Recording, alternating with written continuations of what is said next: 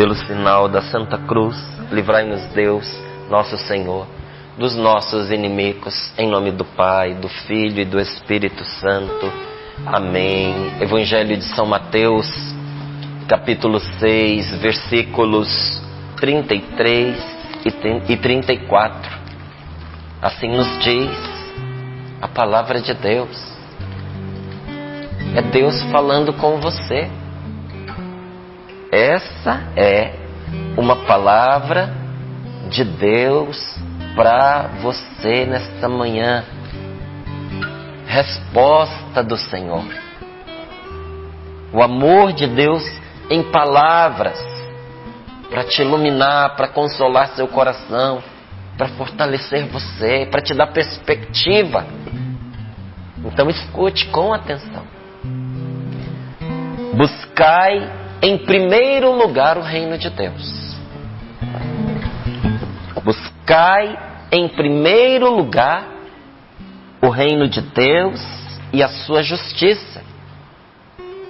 E todas essas coisas vos serão dadas por acréscimo. Portanto, não vos preocupeis com o dia de amanhã, pois o dia de amanhã terá sua própria preocupação. A cada dia basta o seu mal. Buscai em primeiro lugar o reino de Deus e a sua justiça, e todas essas coisas vos serão dadas por acréscimo. Portanto, não vos preocupeis com o dia de amanhã, pois o dia de amanhã terá sua própria preocupação. A cada dia basta o seu mal. Palavra da salvação. Glória a vós, Senhor. Glória a vós, Senhor. O que é que você está precisando de verdade?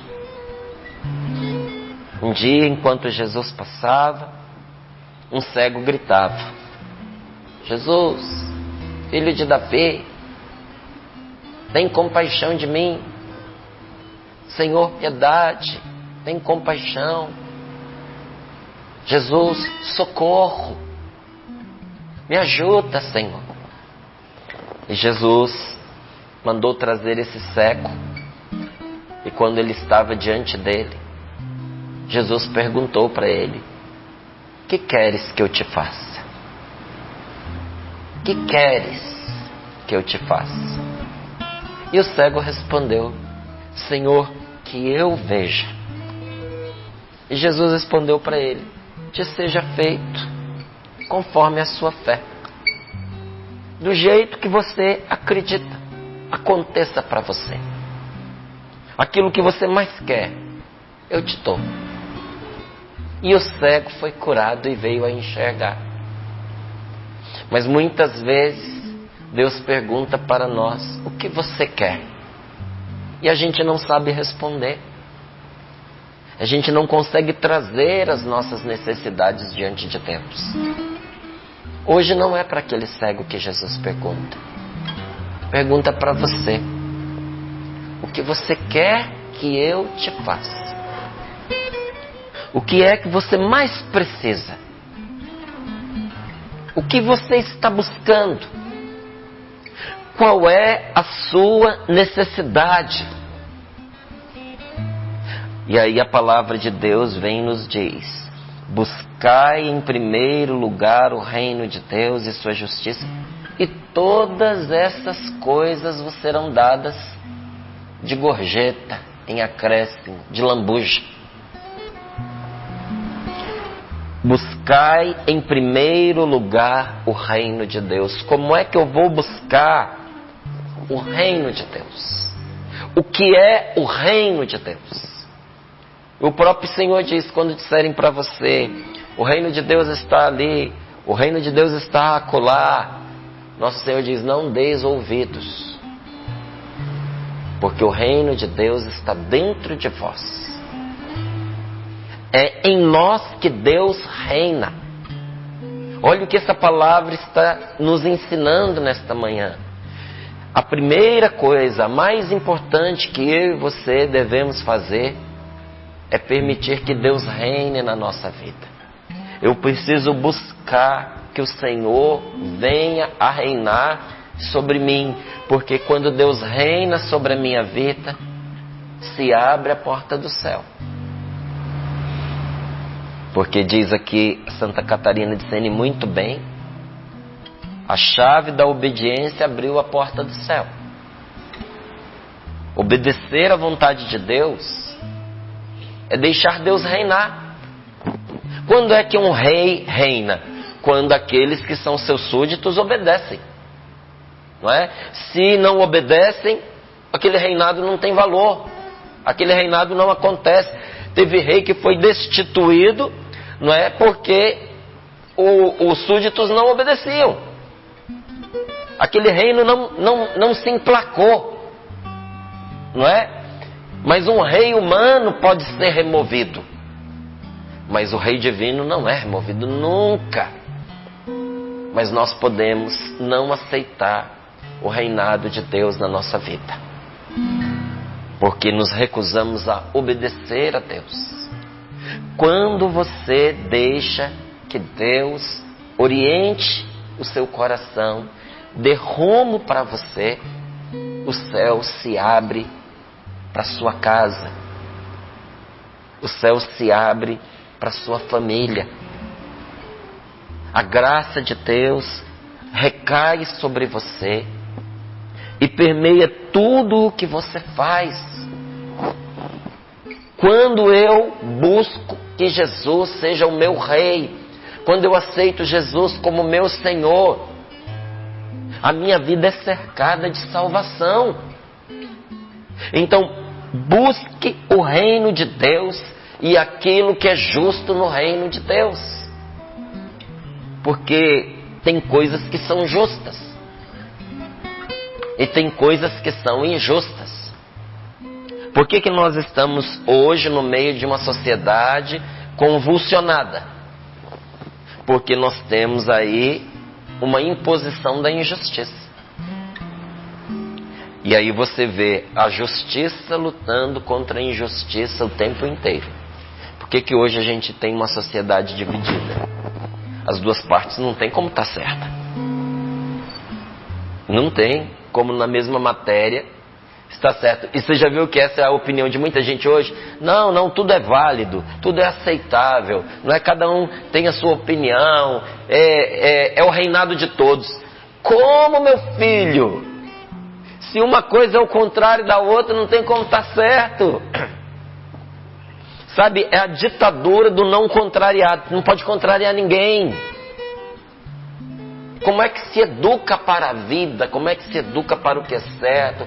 Como é que se educa para a justiça? Se não se pode contrariar o erro, o errado. Nós estamos num tempo em que ensinar o certo ofende as pessoas. Aí a pessoa tem uma vida miserável, a pessoa tem uma vida terrível, a pessoa adoece emocionalmente, adoece mentalmente, perde o gosto pela vida, reclama, chora e diz: eu não sei o que aconteceu comigo, porque eu sempre fui uma pessoa boa. Foi uma pessoa boa, mas de vida errada. Não aceitava ser corrigida, ficava ofendido se alguém apontava o caminho certo. A pessoa tem um amigo que diz para ela: olha, por aí você vai se dar mal, não vai por aí. Fica ofendida porque acha que está sendo julgada, que está sendo condenada. Gente, nós não precisamos julgar a índole dos nossos amigos para dar para eles um bom conselho. A gente precisa buscar o certo na vida da gente. Se eu buscar o que é justo, e se eu deixar Jesus ser o Senhor da minha vida, por que deixar? Porque Deus é tão maravilhoso que Ele não se impõe. Ele não nos obriga. Deus, Ele permite que eu escolha como é que eu quero me relacionar com Ele. Deus permite que eu não o aceite. Que amor absurdo é esse, né? o onipotente, aquele que tudo pode, não nos obriga, sendo que Ele poderia fazê-lo, porque Ele não quer a nossa obrigação, Ele quer o nosso amor. Por isso a palavra de Deus nos diz, como um pai, como uma mãe orienta o seu filho, dizendo: se você buscar que Deus seja o Senhor da sua vida, a sua vida vai se endireitar por consequência. A felicidade vai se juntar a você. Os bens virão como um acréscimo, bens verdadeiros. Uma vida que nos fará bem. Não é? Buscar em primeiro lugar o reino de Deus e a sua justiça, e todas essas coisas que são reais necessidades, onde a gente precisa da salvação de Deus, onde a gente precisa do socorro de Deus, onde a gente precisa da força de Deus, onde a gente precisa da sabedoria de Deus, onde a gente precisa da coragem que nos falta. Essas coisas todas nos serão dadas em acréscimo. Vem acompanhando. E quando diz todas essas coisas, se você ler os versículos anteriores, está falando inclusive objetivamente de comida, bebida e roupa. E pergunta: por que se preocupar com o que você vai comer, com o que você vai beber, com o que você vai vestir, se são as pessoas que não confiam em Deus que se preocupam com essas coisas? Porque o vosso Pai que está no céu sabe que precisais de tudo isso. Buscai o reinado de Deus sobre a sua vida. E todas essas coisas que te preocupam, essas necessidades que você enxerga, virão por consequência. Meu amigo, a gente precisa de Deus. A gente precisa de verdade ser de Deus. E é claro, quem é de Deus trabalha. Quem é de Deus luta pela vida. Quem é de Deus vai à luta. E consegue, com certeza, pelo fruto do seu trabalho, pelo suor do seu trabalho. Mas tem gente que luta, tem gente que batalha e o resultado não vem. Porque quando você tira Deus da equação, essa garantia que você já não tem mais de que as coisas vêm por acréscimo. É interessante, não é? Em suma, é a bênção de Deus que garante o nosso sustento. É a divina providência que garante os nossos dias. Nós não vivemos só de pão, nem só de pão vive o homem, mas vive de fé. De fé em fé. Porque com fé se conquista o pão, com fé se conquista a roupa, com fé se conquista o que beber, com fé se conquista onde morar. Fé em Deus, o justo vive da fé. Se alimenta da fé mais do que qualquer outra coisa. Mas quero ver, Márcio, sem fé, com fé e sem comida. Pois é, mas a fé, ela faz com que a gente alcance também o sustento material para a vida da gente. É consequência, não é? E segue a palavra de Deus nos dizendo: portanto, não vos preocupeis com o dia de amanhã, pois o dia de amanhã terá a sua própria preocupação. A cada dia basta o seu mal. Eu preciso parar de ficar antecipando os males. Gente, nós sofremos inutilmente pela triste mania de antecipar os males. Nós antecipamos males à custa de preocupação. Antecipamos males que talvez nem acontecessem. Males que provavelmente nem vão acontecer. Porque quando eu fico preocupado com um problema que talvez eu nem tenha, eu torno esse problema real. Sabe, às vezes a gente materializa um problema que não existe. Quando a gente dá face para esse problema, quando a gente dá nome para esse problema, quando a gente dá voz para esse problema, quando a gente conversa com esse problema. Tem gente que vê assombração, não é porque o demônio apareceu para a pessoa. A pessoa dá face para o negócio. Ela imagina a coisa. Ela vê a coisa ali no canto.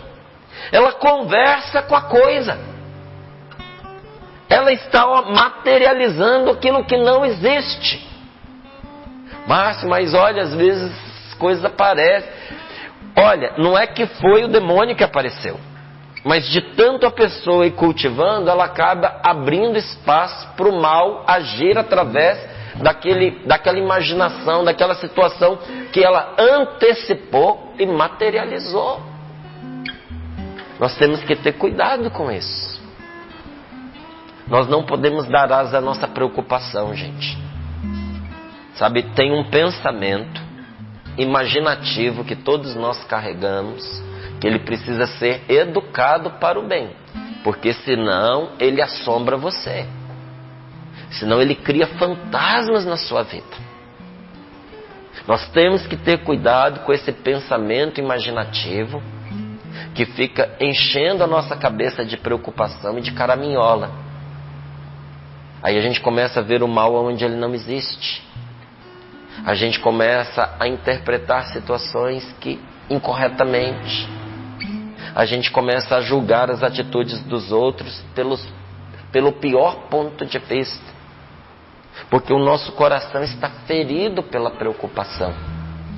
E o pior, preocupação de coisas que, olha, estão no futuro lá na frente. Tem gente que é jovem, está preocupado com o dia que vai morrer. Se vai morrer doente, se vai morrer em cima de uma cama. Você sabia que tem gente que vive assim, atormentado, com medo de morrer em cima de uma cama? Pessoa nova, com saúde.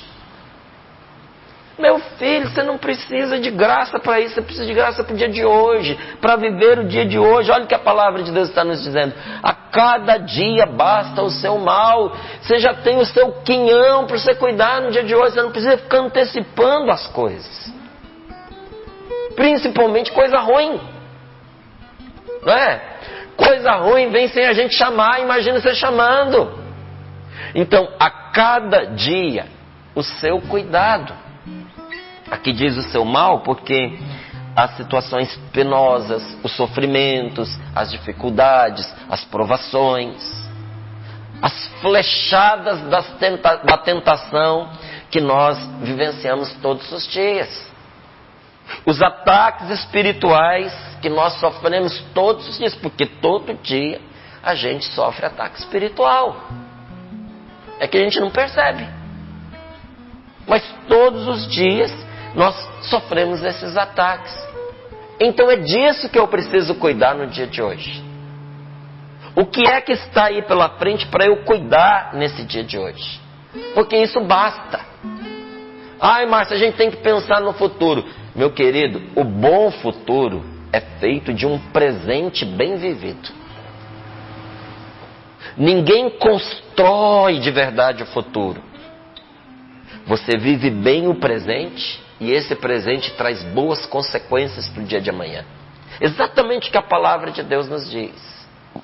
Você cuida do dia de hoje, vivendo o dia de hoje pela graça de Deus, que amanhã o fruto vem. Olha, até materialmente, quem é que teve bons recursos no dia de amanhã? Foram aquelas pessoas que no dia de hoje fizeram o que era certo. Foram inteligentes, criativas, dedicadas, tiveram visão, não é? Tiveram uma boa visão, mas elas só puderam trabalhar no hoje. Eu não conheço ninguém que esteja trabalhando no futuro. Você conhece? A pessoa mais rica desse mundo e a pessoa mais pobre desse mundo tem a mesma coisa. Só o dia de hoje para agir. Nenhuma delas age no dia de amanhã. É no dia de hoje. Então vamos cuidar do que dá para cuidar no dia de hoje. O que dá para você cuidar? Porque olha, em situações críticas, nós não devemos tentar resolver o resto da nossa vida da noite para o dia. Porque nós passamos por situações críticas financeiramente. Quanta gente foi maltratada por essa pandemia? Materialmente. Muitos encontraram na pandemia uma oportunidade. Teve gente que cresceu financeiramente na pandemia. Teve gente que ficou rico na pandemia. Olha, quem tinha lá uma fábrica de fazer máscara, eu acho que se deu bem, hein? Quem tinha produção de álcool, nossa senhora, até hoje está ganhando, né? Então teve gente que nessa pandemia se projetou, mas a gente sabe que teve muita gente que perdeu a sua empresa, o negócio fechou, entrou em dívida, teve gente que foi à falência. Então é uma situação crítica na área financeira. Teve muita gente que viveu a situação crítica dentro de casa, não estava acostumada a conviver, só chegava em casa depois do trabalho para tomar banho, descansar, dormir. O convívio era um pouquinho, e às vezes mesmo assim ainda brigava. Com a pandemia teve que ficar trancado em casa com a família. Viveu crise no casamento, viveu crise no relacionamento, teve problema com os filhos.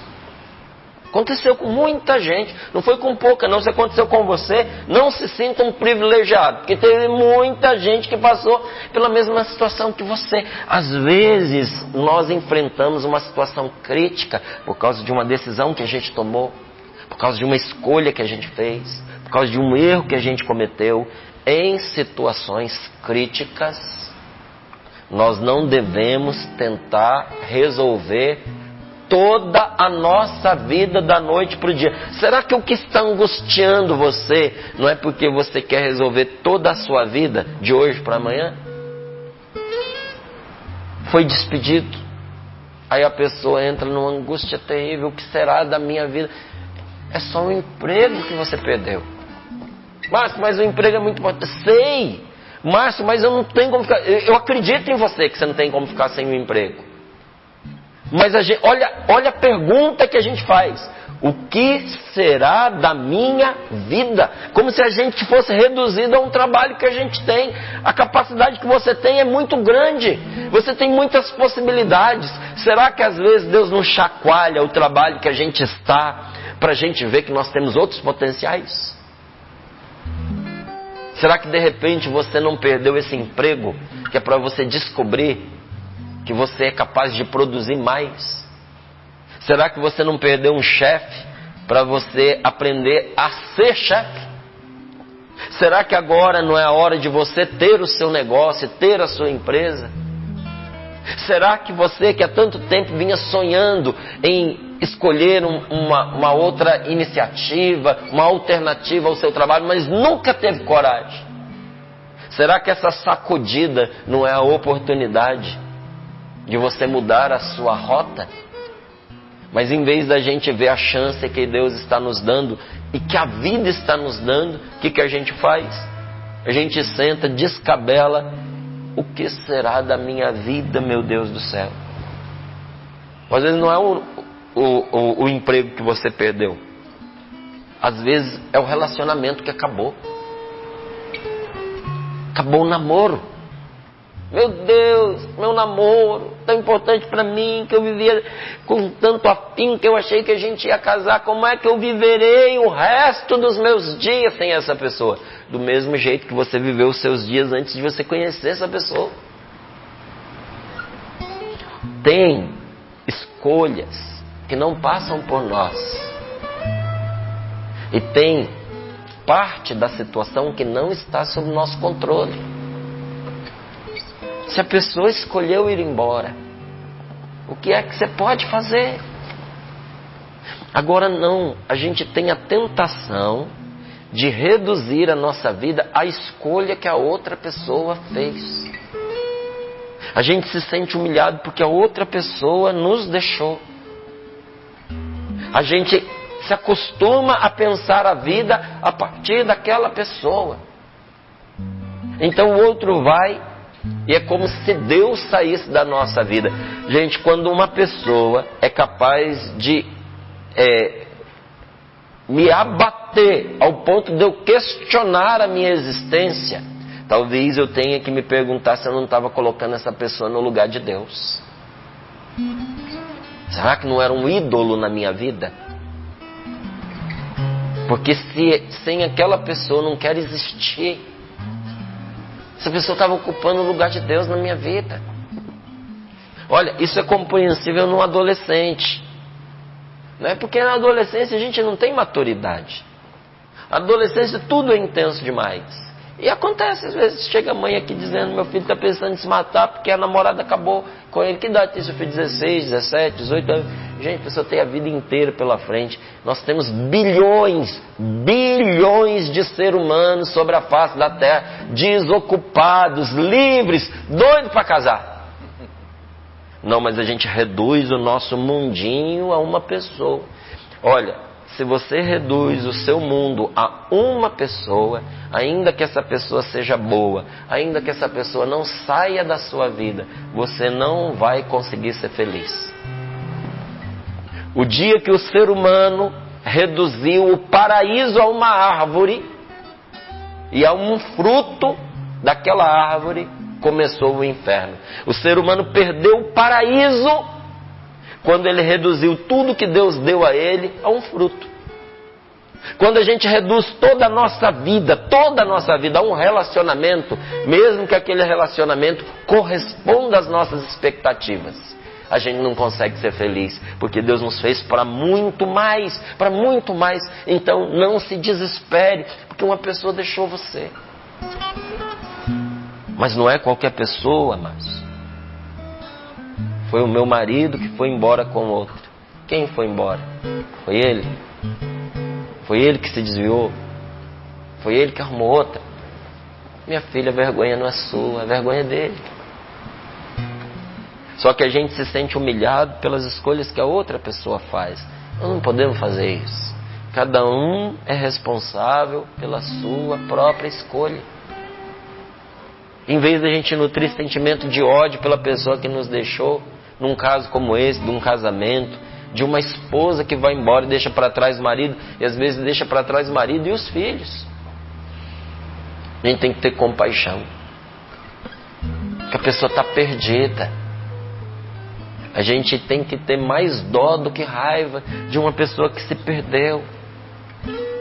Que angústia essa pessoa deve estar vivendo, que tristeza ela deve estar vivendo, que desespero ela deve estar vivendo para ser tão cega, para trocar o que é importante para ela à custa de uma ilusão, de uma fantasia.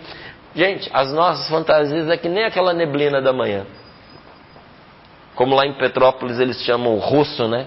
Dia tá russo. Tá fechado de neblina que você não enxerga nada. Daqui a pouco, quando nasce o sol, o russo faz assim, ó. A neblina, a fantasia, a ilusão errada da gente, a injustiça dessa vida, quando a gente menos espera, diante da luz de Deus, faz, ó, some. E aí quando você cai em si, aí você descobre os erros que você cometeu. Então não julgue a pessoa que errou, mas regue, apesar das suas lágrimas, apesar dos seus sofrimentos, porque tem impacto sobre a vida da gente a escolha do outro. Tem impacto. Então, apesar da sua dor, regue com a sua misericórdia, regue com a sua oração, porque olha, a compaixão acompanhada de oração transforma o coração da pessoa. Tenha mais dó do que rancor. Lave esse rancor na misericórdia de Deus. Então, na hora de uma crise, não é o momento para a gente decidir a própria vida. Não é? Foi abandonado, meu casamento acabou. Você está no momento de uma crise, não é? Agora não é hora de decidir a vida. Agora é hora de você tentar seguir com a maior normalidade possível. Não é? E nessa hora, essa hora de hoje, esse dia de hoje, esse momento em que algo assim se abate sobre nós, é hora para apenas duas coisas. Se quiser, você anota aí, porque faz falta, sabe? Mas na hora da crise é necessário apenas duas coisas. Sim, apenas duas coisas. E duas coisas que a gente dá conta. E são essas duas coisas que tiram a gente de qualquer buraco, se a gente estiver unido a Deus. Que duas coisas são essas? Primeiro, se colocar no rumo certo. Então não é se envolvendo com qualquer pessoa, não é dizendo assim, já que agora minha vida está caindo mesmo, então vamos soltar as rédeas, vamos fazer. você vai entrar pelos caminhos da injustiça, do erro, do pecado, vai colher os frutos. Então, primeira coisa, se colocar no rumo certo. Fazer o que é certo. O que é certo? Ainda falando de um relacionamento, fortaleça os seus laços de amizade. Esteja mais próximo da sua família. Antes, por causa desse relacionamento, você não tinha tempo para nada. Agora, com esse espaço que desocupou, sobrou um tempinho. Vai estudar. Arruma um trabalho melhor. Faz uma coisa que você gosta, que você antes não fazia. Vai fazer uma caminhada. Vai fazer uma academia. Pega aquele tempinho que você dedicava àquela pessoa. Você lê um bom livro. Dê trato a você mesmo. Goste de você. Arruma um cantinho gostoso pra você tomar um cafezinho. Você com você mesmo. Gente, é uma delícia a gente estar com a gente mesmo. Quando a gente se gosta. Sabe? Olha quanta coisa pequena. Ao alcance de todos nós e boa. Ponha a sua vida no rumo certo. Vá cuidar dos seus filhos. Vá se dedicar ao seu trabalho. Porque o nosso trabalho precisa coincidir com a nossa missão. Meu trabalho precisa ser uma missão. Não é? E se eu não acho que o meu trabalho é uma missão, eu preciso procurar um trabalho em que eu me realize, que eu sinto que eu estou cumprindo uma missão. Me colocar ali de corpo e alma, sabe?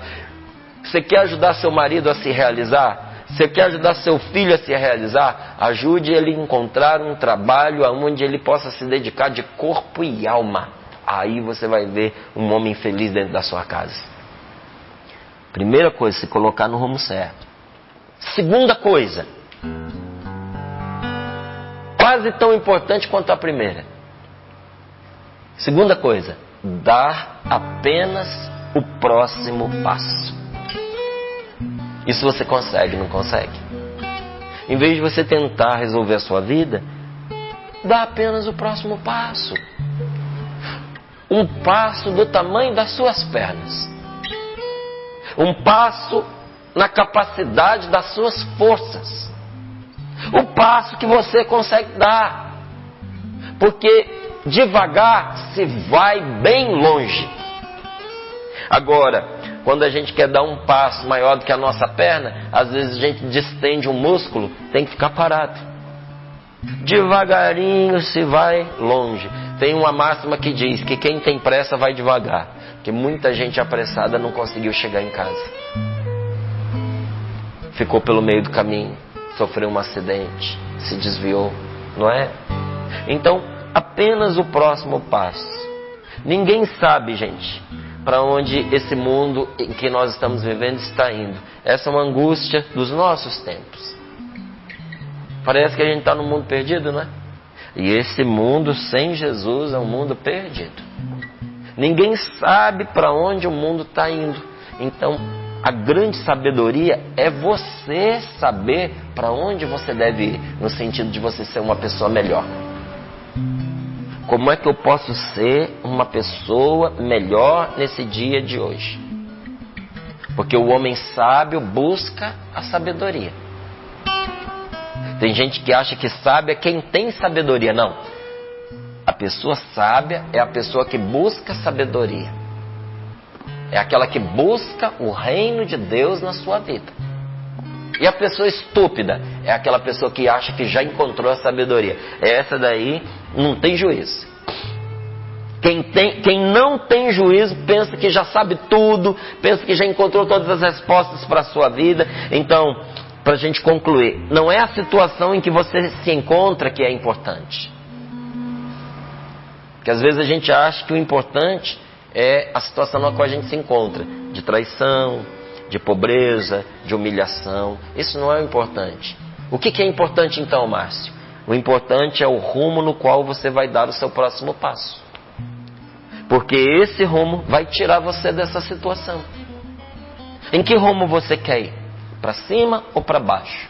Você quer vencer ou você quer justificar o mal que o outro fez contra você? Porque quando a gente faz a coisa errada, porque o outro errou com a gente dá razão para o outro.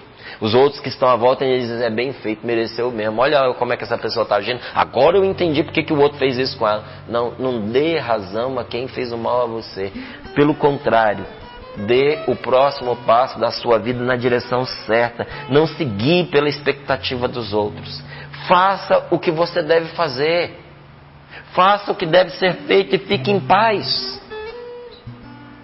É tão difícil, mas eu me sinto humilhado porque eu fico olhando as pessoas, eu fico tentando imaginar o que passa pela cabeça delas. Não fique tentando adivinhar o que os outros estão pensando e falando de você. Em vez disso, procure entender os pensamentos que Deus tem a seu respeito.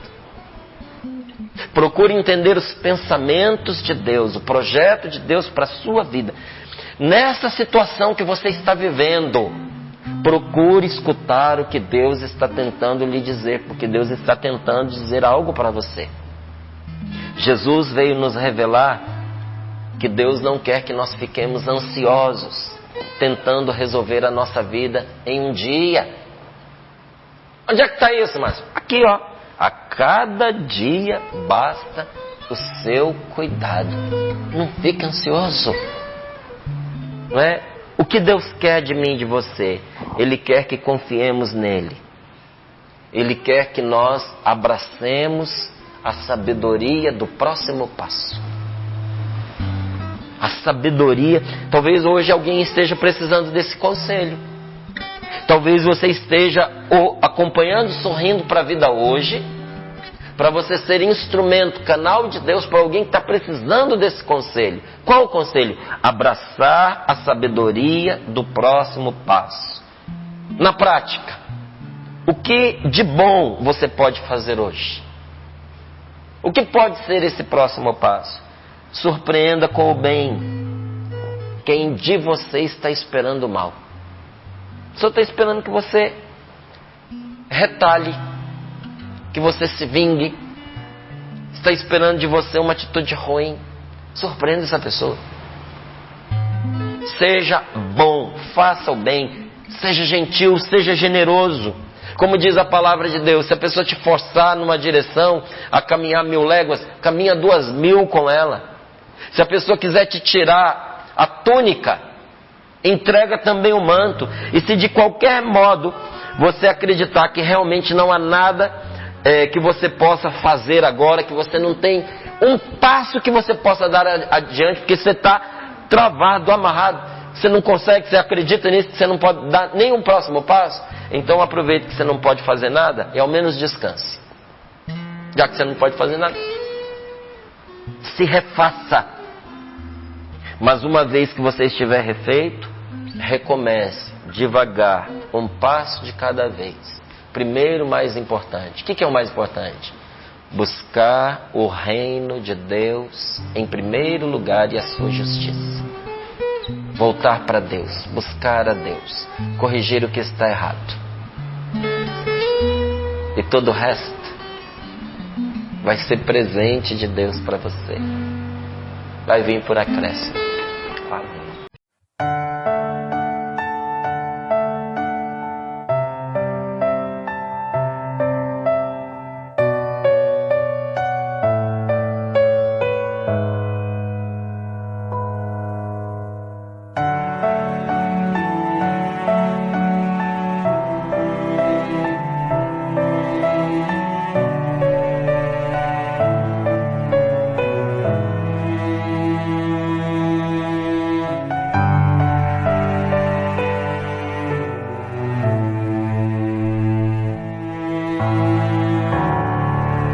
Olhai e vede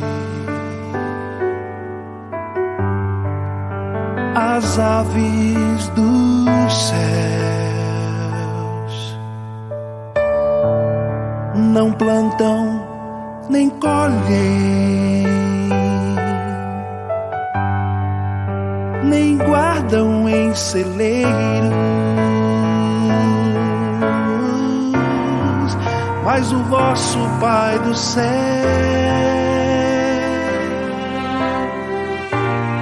lhe sustenta a vida.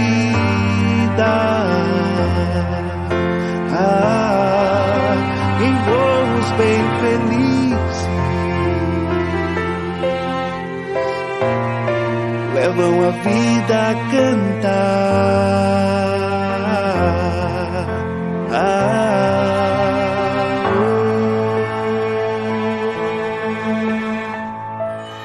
Olhai e vede os lírios dos campos, não trabalham nem fiam, nem tecem suas vestes, mas o vosso Pai do céu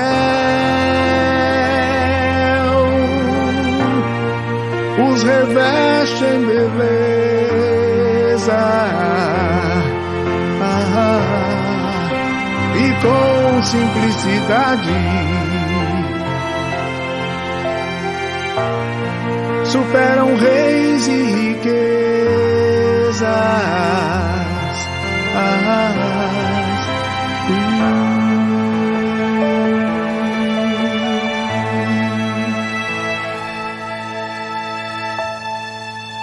Sois mais que pássaros,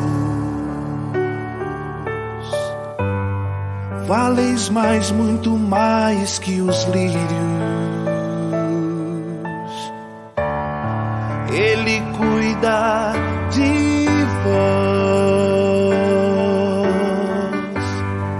como o pai cuida dos filhos.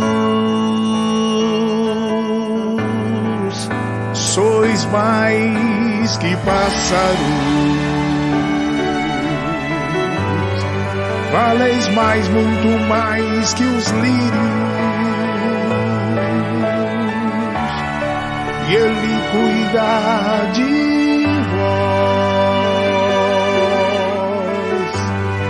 como o pai cuida dos filhos.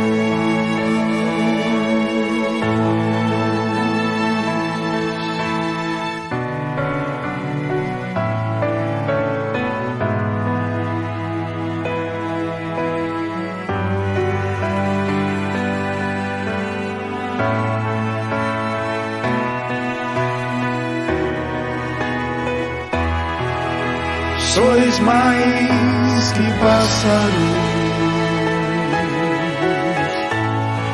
valeis mais, muito mais que os lírios.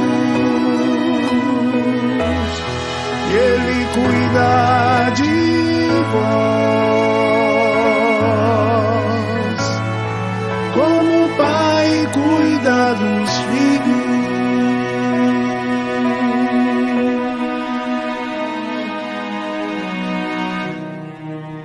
Sois mais que pássaros,